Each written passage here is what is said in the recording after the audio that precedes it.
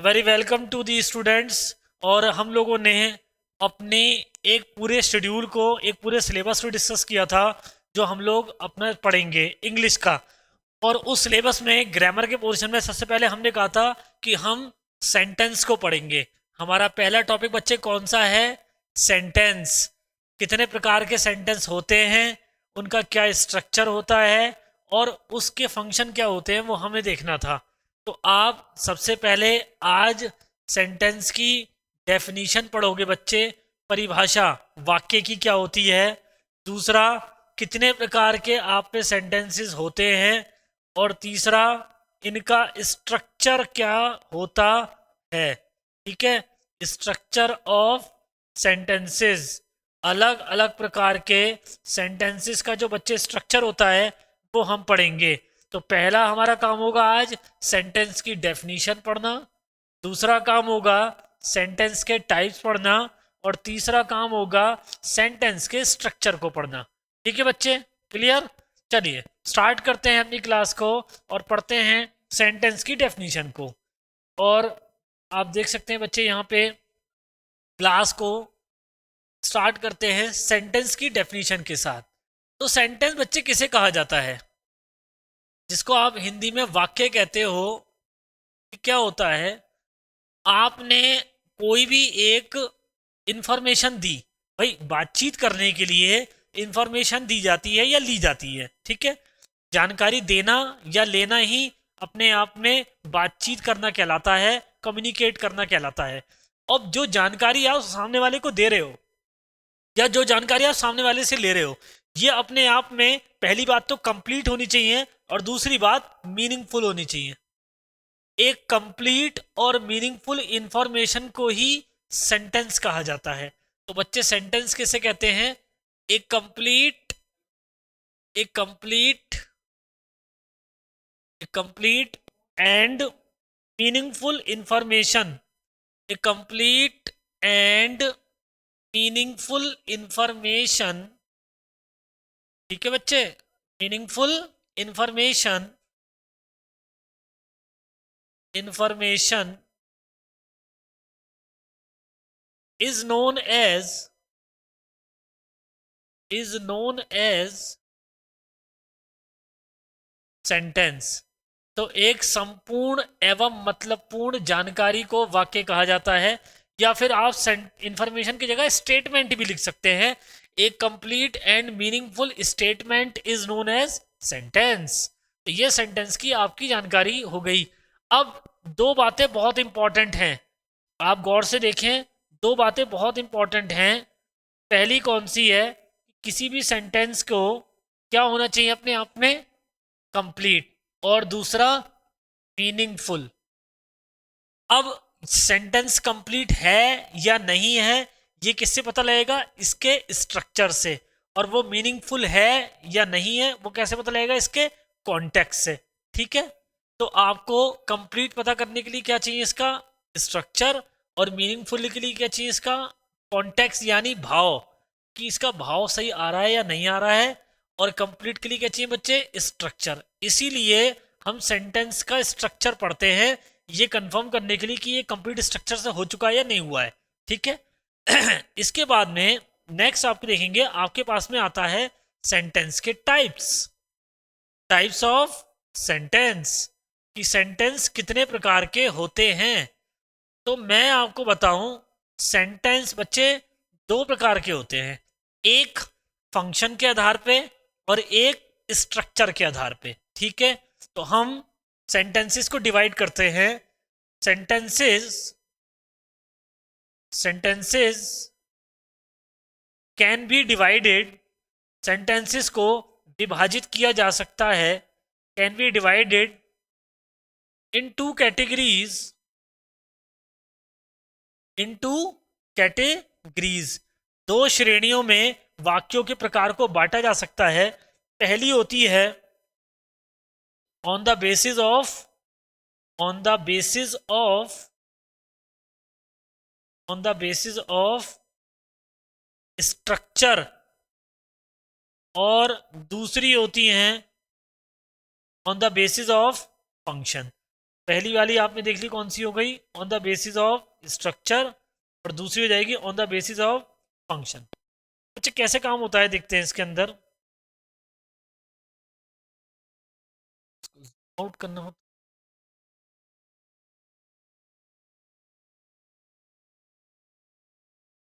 I think इस पे जाके,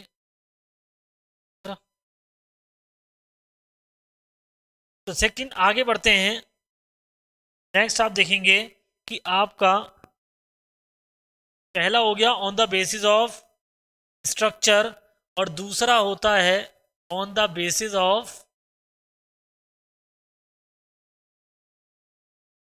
ऑफ फंक्शन। स्ट्रक्चर के आधार पे भी आपके सेंटेंसेस के टाइप होते हैं बच्चे, और फंक्शन के आधार पे भी होते हैं। अब स्ट्रक्चर के आधार पे कौन से होते हैं वो हमें देखना हो तो हम कैसे देखेंगे। पहला मैं आपको स्ट्रक्चर के आधार पे बताता हूं। The very first is on the basis of structure. अगर आप स्ट्रक्चर के हिसाब से देखें तो वाक्य के कितने प्रकार आपके बनते हैं। सेकंड हम देखेंगे on the basis of function, लेकिन फर्स्ट हमने देखा on the basis of structure. तो यहां पे आप देखें स्ट्रक्चर के आधार पे जो आपका पहला सेंटेंस होता है उसे कहते हैं सिंपल सेंटेंस, यानी सरल वाक्य, सिंपल सेंटेंस बच्चे। इसके बाद में आप पे जो सेकंड आता है किसके बेसिस पे, स्ट्रक्चर के बेसिस पे। स्ट्रक्चर के बेसिस पे दूसरा सेंटेंस का टाइप आता है आपके पास में, जिसे आप कहते हैं मिश्रित वाक्य, यानी कॉम्प्लेक्स सेंटेंस। ठीक है बच्चे, कौन सा होता है, कॉम्प्लेक्स सेंटेंस। और तीसरा जो होता है वो होता है आपका संयुक्त वाक्य, यानी कंपाउंड सेंटेंस। तो अगर आप स्ट्रक्चर की बात करते हैं तो स्ट्रक्चर के आधार पे सिंपल सेंटेंस, कॉम्प्लेक्स सेंटेंस और कंपाउंड सेंटेंस बच्चे तीन प्रकार के सेंटेंसेस के टाइप बनते हैं। और कैसे कैसे ये तीनों काम करते हैं वो हम देखेंगे कंपाउंड सेंटेंस। ठीक है बच्चे, तो ये हमारे तीन तरह के टाइप बन गए, simple sentence, complex sentence and compound sentence. सरल वाक्य, मिश्रित वाक्य, संयुक्त वाक्य, तीन तरह के वाक्य स्ट्रक्चर के बेसिस पे हम बनाते हैं और एक एक करके पढ़ेंगे। ठीक है, अगर मैं आपसे बात करूं सिंपल सेंटेंस की, तो सिंपल सेंटेंस का मतलब क्या होता है सिंपल सेंटेंस का मतलब होता है आप पे एक तो होगी प्रिंसिपल क्लॉज। बच्चे कौन सी क्लॉज होगी, प्रिंसिपल क्लॉज। ठीक है, प्रिंसिपल क्लॉज का जो दूसरा नाम होता है वो मेन क्लॉज होता है।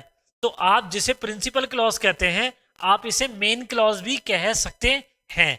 और सिर्फ प्रिंसिपल क्लॉज या फिर मेन क्लॉज, तो अगर अकेली अपने आप में प्रिंसिपल क्लॉज या मेन क्लॉज आ रही है तो इसे सिंपल सेंटेंस कहा जाता है। लेकिन अगर यहां पे आने वाली प्रिंसिपल क्लॉज के साथ आपने एक सबऑर्डिनेट क्लॉज को यूज कर लिया तो बच्चे ये क्या बन जाएगा आपके पास में, complex sentence, subordinate clause.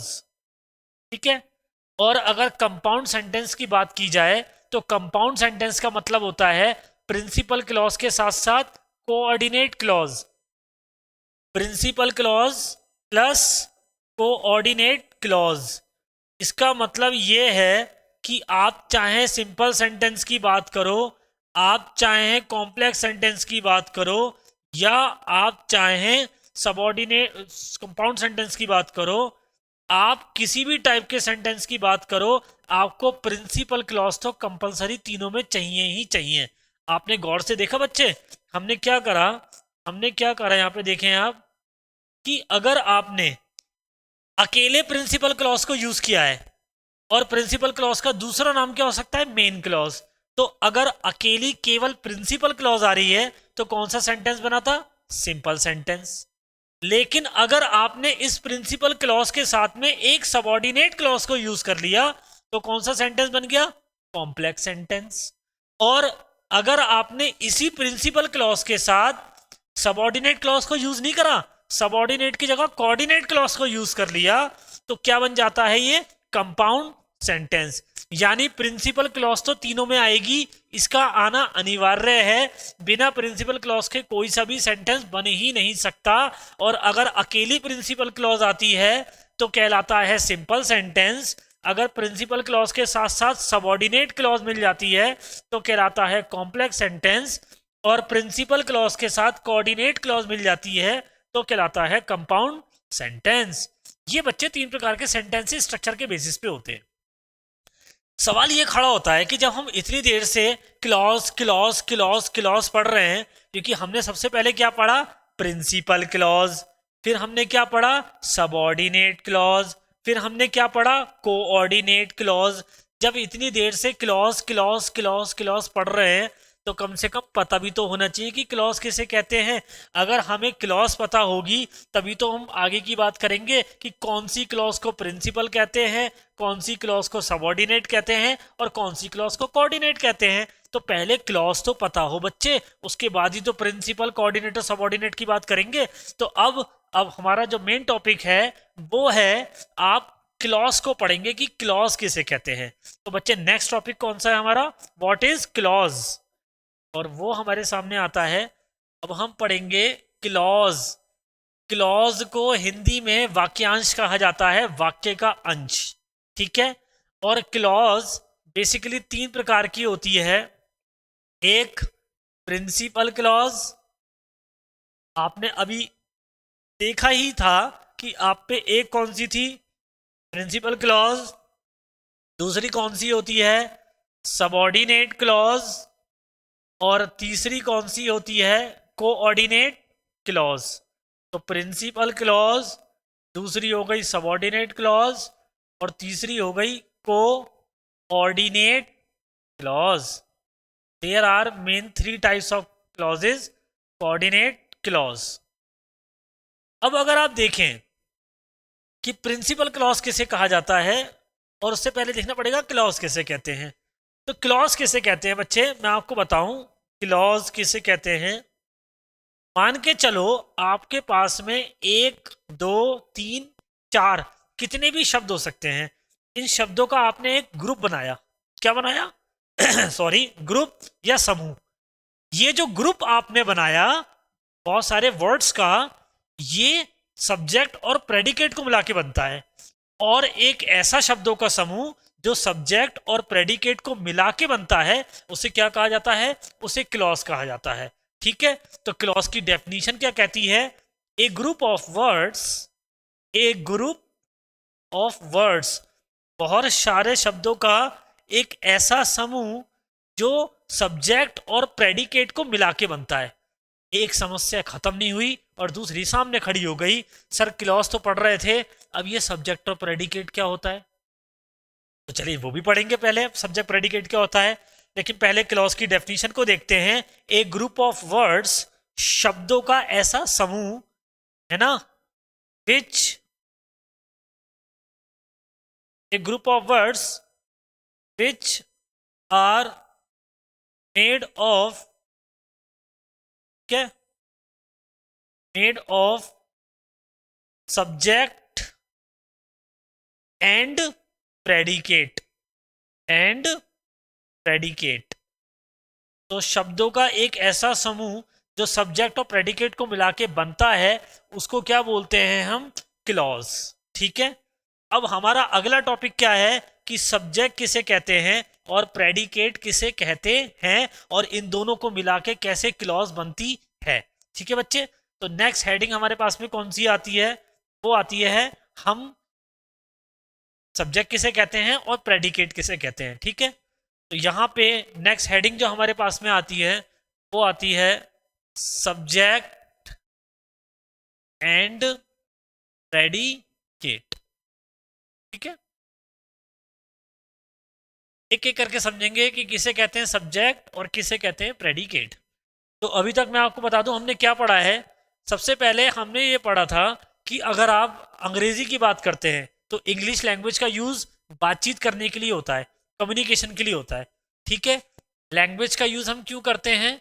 Language का यूज होता है कम्युनिकेशन के लिए, बातचीत करने के लिए, जानकारी के आदान प्रदान के लिए।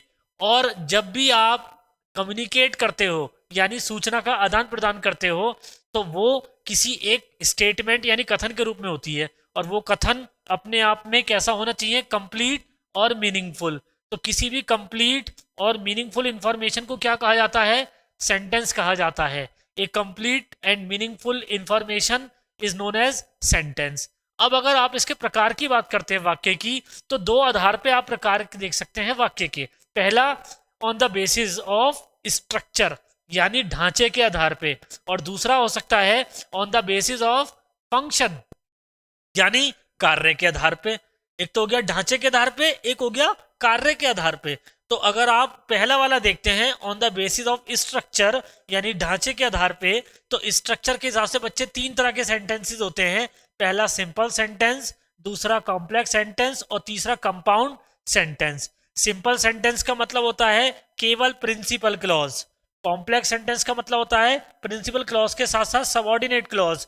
और कंपाउंड सेंटेंस का मतलब होता है प्रिंसिपल क्लॉज के साथ कोऑर्डिनेट क्लॉज। तो अब उसके बाद में किसे कहते हैं? क्लॉज। एक शब्दों का ऐसा समूह जो सब्जेक्ट और प्रेडिकेट को मिला के बनता है, इसे कहते हैं क्लॉज यानी वाक्यांश। ये हमने पढ़ा नेक्स्ट स्लाइड में अपनी कि हम किसे कहते हैं क्लॉज?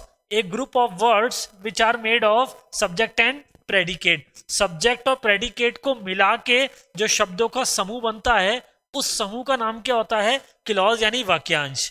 ठीक है, अब हम क्या पढ़ेंगे कि सब्जेक्ट किसे कहते हैं और प्रेडिकेट किसे कहते हैं। एक एक करके स्टेप बाय स्टेप हम चल रहे हैं। और नेक्स्ट हमारी जो स्लाइड है वो क्या थी? Subject and predicate. सब्जेक्ट जिसे आप हिंदी में कर्ता कहते हैं, कर्ता, ठीक है, यह अंग्रेजी में सब्जेक्ट कहा जाता है। तो वाक्य में सब्जेक्ट की पहचान कैसे हो? सब्जेक्ट किसे कहते हैं? सब्जेक्ट क्या काम करता है? ये हमें जानना है। तो मैं आपको ये बता दूं कि आप सब्जेक्ट के बारे में सबसे पहले क्या पढ़ोगे? सब्जेक्ट की डेफिनेशन, परिभाषा कि सब्जेक्ट हम किसे कहते हैं, आखिरकार किसे सब्जेक्ट कहा जाता है। ठीक है, दूसरा इसके अंदर हम क्या पढ़ेंगे? इसकी फंक्शन कि सब्जेक्ट का काम क्या होता है। ठीक है, फंक्शन, सब्जेक्ट का काम क्या होता है। बच्चे ये सी है, ई नहीं है, कंफ्यूज मत हो जाना। फंक्शन क्या होता है सब्जेक्ट का, वो पढ़ेंगे। उसके बाद में हमें ये देखना है कि सब्जेक्ट का आइडेंटिफिकेशन यानी पहचान कैसे होती है। आइडेंटिफिकेशन ऑफ सब्जेक्ट, कि हमें सब्जेक्ट की अगर पहचान करनी हो, आइडेंटिफिकेशन करनी हो, तो कैसे होती है। दूसरा हम पढ़ेंगे कि सब्जेक्ट की सेंटेंस में पोजीशन कहाँ पे होती है, ये आता कहाँ पे है। ठीक है, पोजीशन का मतलब होता है स्ट्रक्चर और फंक्शन का मतलब होता है कार्य क्या कर रहा है। अंग्रेजी को पढ़ने के दो ही तरीके होते हैं, स्ट्रक्चर और फंक्शन। याद रख लेना बच्चे, आज के बाद बिल्कुल याद रखना। अंग्रेजी यानी इंग्लिश लैंग्वेज को याद करने के या सीखने के या ग्रामर को पढ़ने के दो ही तरीके होते हैं, स्ट्रक्चर प्लस फंक्शन। हम हर एक पार्ट्स ऑफ स्पीच का केवल इन्हीं चीज पे कर्म करेंगे। हमारा मेन काम यही रहेगा, चाहे वो नाउन हो, प्रोनाउन हो, एडजेक्टिव हो, वर्ब हो, एडवर्ब हो, प्रीपोजिशन हो, कंजंक्शन हो, आर्टिकल हो, कोई सा भी पार्ट्स ऑफ स्पीच हो आपका, हमें केवल ये देखना होगा उसका स्ट्रक्चर और फंक्शन। सर स्ट्रक्चर देखोगे नाउन का या प्रोनाउन का या एडजेक्टिव का, तो इसका मतलब क्या है? इसका मतलब ये है पोजीशन। नाउन को सेंटेंस में किस स्थान पे यूज किया जाता है, शुरुआत में, अंत में, बीच में, क्रिया से पहले या क्रिया के बाद में। यानी स्ट्रक्चर का मतलब क्या होता है बच्चे? पोजीशन। स्ट्रक्चर का मतलब क्या होता है? पोजीशन, कि सेंटेंस में इस शब्द की पोजीशन कहां पे है। और दूसरी बात, अच्छा अब ये तो पता लग गया कि आप नाउन को सेंटेंस में वर्ब से पहले भी यूज कर सकते हो, यानी पोजीशन, स्ट्रक्चर, और वर्ब के बाद भी कर सकते हो, ये तो पता लग गया। लेकिन सर अगर ये संज्ञा या नाउन वर्ब से पहले यूज हो रही है तो किसका फंक्शन कर रही है, और वर्ब के बाद में यूज हो रही है तो किसका फंक्शन कर रही है, ये भी तो सीखना पड़ेगा। तो पूरी इंग्लिश ग्रामर के अंदर आपको जितने भी पार्ट्स ऑफ स्पीच हैं उनकी दो ही चीजें सीखनी है, कि इस पार्ट ऑफ स्पीच को सेंटेंस में किस जगह यूज किया जाता है, यानी पोजीशन, और वो किससे पता लगती है, उसके स्ट्रक्चर से, सेंटेंस के। और दूसरा, जिस पोजीशन पे आप इस पार्ट ऑफ स्पीच को यूज कर रहे हो, वाक्य भेद को आप यूज कर रहे हो, पार्ट्स ऑफ स्पीच को हिंदी में वाक्य भेद कहा जाता है, वहां पे ये कार्य क्या कर रहा है। जैसे कि अगर संज्ञा को क्रिया से पहले यूज करोगे तो कर्ता का काम करेगा, लेकिन क्रिया के बाद यूज करोगे तो कर्म का काम करेगा। यानी नाउन वर्ब से पहले तो सब्जेक्ट है, लेकिन वो ही नाउन वर्ब के बाद ऑब्जेक्ट बन जाता है। फंक्शन चेंज हो जाता है जैसे ही स्ट्रक्चर चेंज होता है। तो आपको दोनों चीजों की नॉलेज होनी चाहिए, पार्ट्स ऑफ स्पीच की स्ट्रक्चर, यानी सेंटेंस में उसकी पोजीशन कहाँ पे है, और जिस पोजीशन पे वो आ रहा है सेंटेंस में, वहां पे वो फंक्शन क्या कर रहा है। ठीक है, तो आप अब सब्जेक्ट के बारे में पढ़ोगे कि सब्जेक्ट किसे कहते हैं, सब्जेक्ट का फंक्शन क्या होता है, सब्जेक्ट की पहचान कैसे होती है, और सब्जेक्ट की पोजीशन कहाँ पे होती है सेंटेंस के अंदर, यानी स्ट्रक्चर आप सीखोगे उसका। ठीक है बच्चे, बढ़ते हैं अपने नेक्स्ट स्लाइड की तरफ और सब्जेक्ट की डेफिनेशन को पढ़ते हैं कि सब्जेक्ट किसे कहा जाता है। अगर आप सब्जेक्ट की पोजीशन की डेफिनेशन की बात करें तो सब्जेक्ट किसे कहा जाता है, मैं आपको बताऊं। सब्जेक्ट हिंदी में आप इसे कर्ता कहते हो। तो वो सारे शब्द, all those words, all those words, all those words which are used, all those words which are used to give or take information which are used to give or take information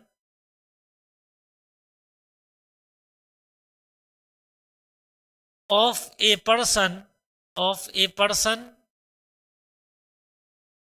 comma, a place, comma, a thing or an event, or an event। Event माने कोई भी एक घटना हो सकती है। तो वो सारे शब्द, ऑल दोज वर्ड्स का मतलब वो सारे शब्द, विच का मतलब होता है जो कि, वो सारे शब्द जो कि इस्तेमाल किए जाते हैं या तो देने के लिए या फिर लेने के लिए। क्या देने के लिए और लेने के लिए, जानकारी। ठीक है, वो सारे शब्द जो कि इस्तेमाल किए जाते हैं जानकारी लेने के लिए या जानकारी देने के लिए, किसी भी इंसान की, किसी भी स्थान की, किसी भी वस्तु की, या किसी भी एक घटना की, ये सारे शब्द सब्जेक्ट कहलाते हैं।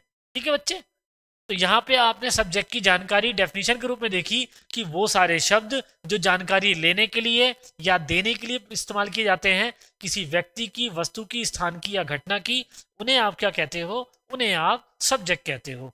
अब आप इसे डेफिनेशन के माध्यम से जरा समझने की कोशिश करना।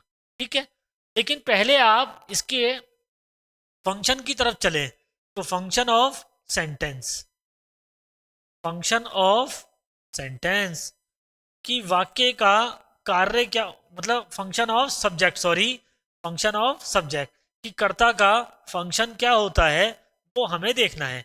तो बच्चे अगर आप सब्जेक्ट के फंक्शन की बात करो तो आपको पता है कि सब्जेक्ट का जो फंक्शन है वो क्या होता है, जानकारी लेना या देना। तो फंक्शन क्या है इसका, टू गिव और टेक, टू गिव और टेक इंफॉर्मेशन, टू गिव और टेक इंफॉर्मेशन। ठीक है बच्चे, टू गिव और take information of a person, a place, a thing और एन इवेंट।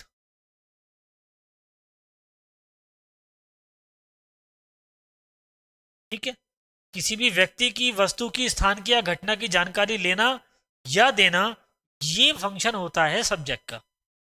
ठीक है, अब मेन बात ये होती है कि इसकी आइडेंटिफिकेशन कैसे होगी। हमने डेफिनेशन पढ़ ली, हमने फंक्शन पढ़ लिया सब्जेक्ट का, अब हमें आइडेंटिफिकेशन, पहचान कैसे होगी कि सब्जेक्ट कौन है। तो आइडेंटिफिकेशन देखते हैं कैसे होगी आपको इसकी नेक्स्ट स्लाइड में। ठीक है, तो आइडेंटिफिकेशन ऑफ सब्जेक्ट,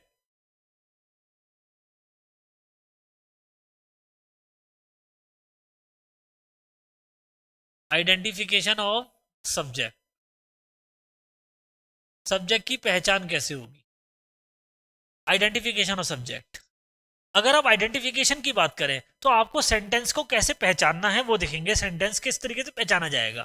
तो इसके अंदर आपको सबसे पहले ये देखना है कि जो सब्जेक्ट है वो वर्ब से पहले आएगा और वर्ब से हु यानी कौन का जवाब देगा।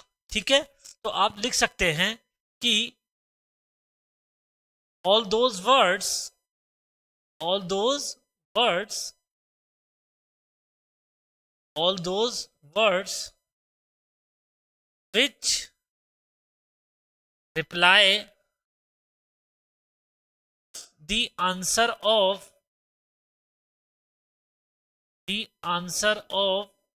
who, the answer of, और हु को हिंदी में क्या कहते हैं, कौन, the answer of, और हु को हिंदी में क्या कहते हैं, कौन कहते हैं। ठीक है, तो जितने भी शब्द आपको हु यानी कौन का रिप्लाई करते हैं, किससे, फ्रॉम वर्ब, क्रिया से, from verb, are known as subject. ये तो पहली तरीके से पहचान हो गई कि आपको वर्ब से हु यानी कौन का जवाब देंगे, ये आर नोन एज सब्जेक्ट। ठीक है बच्चे, ये पहली पहचान हो गई। दूसरी पहचान पोजीशन से हो सकती है कि सब्जेक्ट हमेशा वर्ब से पहले आते हैं, क्रिया से पहले ही इनका स्थान होता है, क्रिया के बाद में कभी कर्ता नहीं आ सकता, क्योंकि क्रिया के बाद तो कर्म आता है यानी ऑब्जेक्ट आता है, सब्जेक्ट तो नहीं आ सकता। ठीक है, तो हमने क्या पढ़ा इसके अंदर, मैं दोबारा आपको हिंदी में लिख के दिखा देता हूं। वो सारे शब्द, वो सारे शब्द जो क्रिया से यानी वर्ब से, क्रिया से हु मतलब क्या होता है, कौन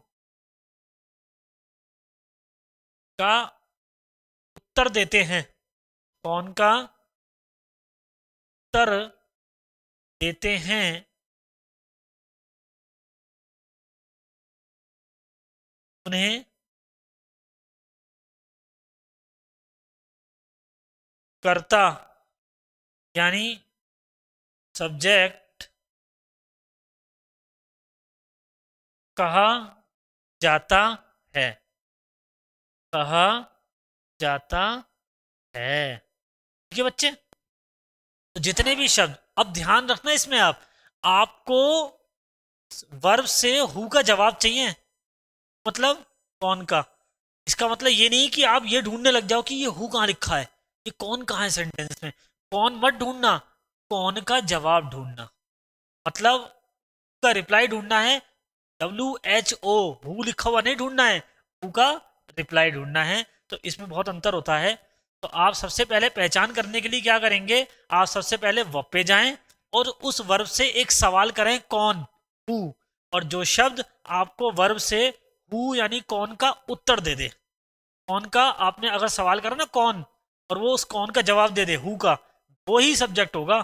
ठीक है, अब अगर इसकी पोजीशन की बात की जाए, स्ट्रक्चर की बात की जाए, तो वो भी जरा देख लेते हैं कहाँ पे आता है। ठीक है बच्चे, तो नेक्स्ट स्लाइड में हम देखते हैं structure of subject in sentence. Structure, या फिर ब्रैकेट में लिख सकते हैं आप इसे, position, position of subject in a sentence. किसी भी एक सेंटेंस में सब्जेक्ट की पोजीशन क्या होती है, तो structure of subject in a sentence. तो आप जानते हैं कि हमेशा सेंटेंस में बीच में क्या आती है, वर्ब, क्रिया, और वर्ब से पहले, वर्ब से पहले कौन आता है, सब्जेक्ट। सब्जेक्ट हमेशा कहां पे आता है, वर्ब से पहले, क्योंकि वर्ब के बाद में कौन आता है, वो आता है कर्म यानी ऑब्जेक्ट। ठीक है, और सब्जेक्ट हमेशा कहां पे आता है, वर्ब से पहले। तो इस स्ट्रक्चर के हिसाब से अगर देखा जाए तो आप लिख सकते हो कि सब्जेक्ट हमेशा, सब्जेक्ट हमेशा वर्ब से पहले आता है।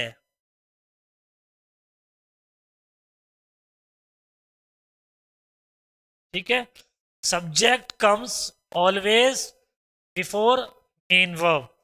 इसको भी लिख सकते हैं आप, subject comes before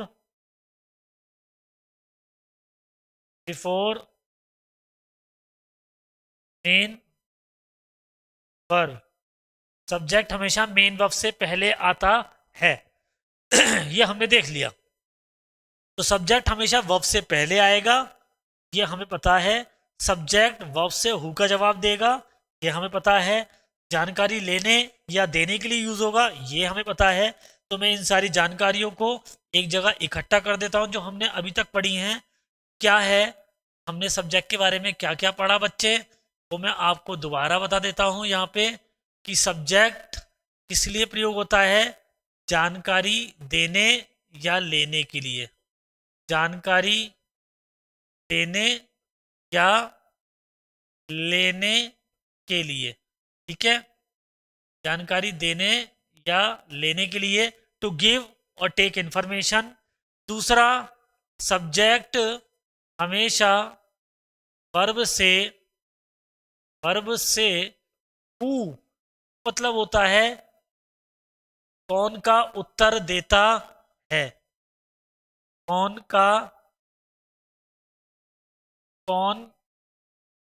Uttar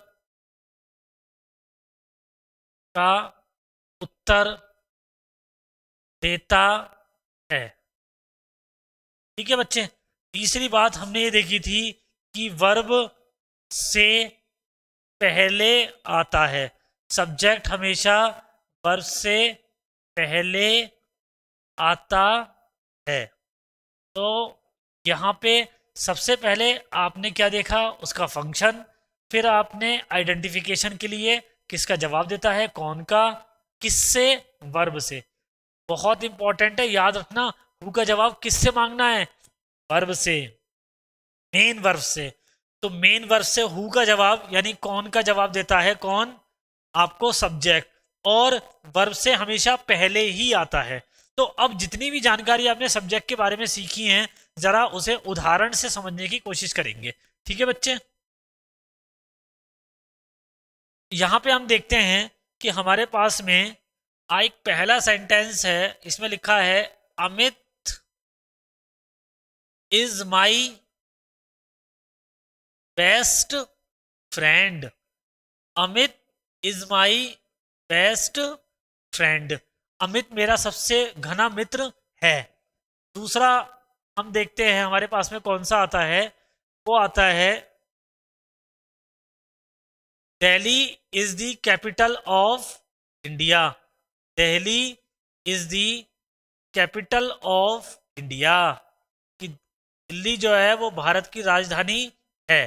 Delhi is the capital of India. तीसरा एग्जाम्पल जो हम देखते हैं बच्चे, वो कौन सा आता है हमारे पास में, my book is on the table. My book is on the table, मेरी किताब मेज पर रखी है। और चौथा एग्जाम्पल हम देखते हैं यहाँ पे, smoking is injurious to health. धूम्रपान सेहत के लिए हानिकारक होता है। Smoking is injurious to health. Smoking is injurious to health. ठीक है, अब मैंने आपको जितनी भी सब्जेक्ट के बारे में जानकारी दी है, मैं उसे इन एग्जाम्पल से आपको डेमोन्स्ट्रेट करके दिखाता हूं। पहली जानकारी हमने क्या ली थी पहली जानकारी जो हमारे पास में आई थी बच्चे, वो कौन सी थी कि सब्जेक्ट हमेशा वर्ब से पहले आएगा और वर्ब से हु का जवाब देगा। तो आपको इसमें वर्ब कौन सी नजर आई, इज। ये क्या है यहाँ पे, वर्ब। अब आपको पता है कि वर्ब से पहले केवल एक ही वर्ड आ रहा है, और वो कौन है, अमित। तो यहाँ पे इसे क्या माना जा सकता है, सब्जेक्ट। लेकिन मैं नहीं मानता कि अमित यहाँ पे सब्जेक्ट है। हालांकि स्ट्रक्चर के हिसाब से बिल्कुल सही है कि वर्ब से पहले आता है सब्जेक्ट, और वर्ब से पहले केवल एक ही वर्ड लिखा है अमित, तो ये सब्जेक्ट होगा। लेकिन नहीं, मैं नहीं मानता कि ये सब्जेक्ट है। अब हमें क्या करना पड़ेगा, हमें हु यानी कौन का जवाब मांगना है इस पूरे प्रेडिकेट से या वर्ब से। अब आप ये बताओ कि इस पूरे सेंटेंस में अगर हु का जवाब मांगा जाए वर्ब से कि who is my best friend, मेरा बेस्ट फ्रेंड कौन है, तो आप किसका जवाब देगा, कौन दे रहा है इसका जवाब कि मेरा बेस्ट फ्रेंड कौन है, who is my best friend, Amit, Amit मेरा बेस्ट फ्रेंड है। तो आपको इस वर्ब से इसने किसका जवाब दिया है, हु का। हु का मतलब क्या होता है बच्चे, हु का मतलब होता है कौन, ठीक है। तो आपने ये थोड़ी ढूंढा ना इस सेंटेंस में कि हु कहां लिखा है, तो कृपया करके प्लीज ये मत करना कि आप हु कहां लिखा है ये ढूंढने लग जाए। आपको कौन का उत्तर चाहिए, आपको कौन नहीं ढूंढना है, आपको हु नहीं ढूंढना है, आपको हु का रिप्लाई ढूंढना है। तो आपने यहाँ पे हु का रिप्लाई मांगा, who is my best friend, मेरा बेस्ट फ्रेंड कौन है, अमित। अब आपके पास में बिल्कुल श्योर आंसर आ चुका है, वर्ब से हु का जवाब भी यही दे रहा है और वर्ब से पहले भी यही आ रहा है। तो यहाँ पे अमित क्या हो गया, सब्जेक्ट। अब नीचे वाले में चलते हैं, यहां पे देखते हैं क्या लिखा है। यहां पे लिखा है Delhi is the capital of India, इसमें वर्ब कौन सी है, यस, वेल डन, यही वर्ब है इज। अब आप एक बात बताओ, वर्ब से पहले आपको पता है ले दे के एक ही वर्ड आ रहा है, तो यही सब्जेक्ट होगा, लेकिन नहीं मानते हम इसको कि यही सब्जेक्ट है। आप तो हु का रिप्लाई मांग लो बस। अब आप इस पूरे वर्ब से या इस पूरे सेंटेंस से हु का रिप्लाई मांगो, who is the capital of India, Bharat की राजधानी कौन है, कौन सी राजधानी है, कौन है राजधानी, दिल्ली। तो यहाँ पे आपको इस वर्ब से हु का रिप्लाई मांगा नहीं मांगा आपने, किसका जवाब दिया इसने, हु का। Who is the capital of India, Delhi. तो आपने जैसी इस वर्ब से हु यानी कौन का उत्तर मांगा तो आपको दिल्ली नहीं दिया। और दूसरी बात, स्ट्रक्चर के हिसाब से वर्ब से पहले यही आ रहा है, तो यही क्या हो गया अपने आप में, सब्जेक्ट। ठीक है बच्चे, अब आपको सब्जेक्ट की पहचान हो रही है। किसे कहते हैं सब्जेक्ट, वो सारे शब्द जो क्रिया से पहले आए और क्रिया यानी वर्ब से हु यानी कौन का जवाब दें, वो कहलाते हैं सब्जेक्ट। नीचे आते हैं, अब नीचे वाले में सबसे पहले तो आप ये तय करो कि इसमें वर्ब कौन सी है। अगर आप नीचे वाले को देखें तो इसमें वर्ब कौन सी है, इज। अब अगर जो भी शब्द इससे पहले आ रहे होंगे वो सब्जेक्ट कहलाएंगे। तो हमने देखा कि इससे पहले माई बुक लिखा है, तो इस माई बुक को क्या माना जा सकता है, सब्जेक्ट। लेकिन मैं नहीं मानता कि ये सब्जेक्ट है जब तक कि ये किसका जवाब ना दे दे, सही कहा, हु का।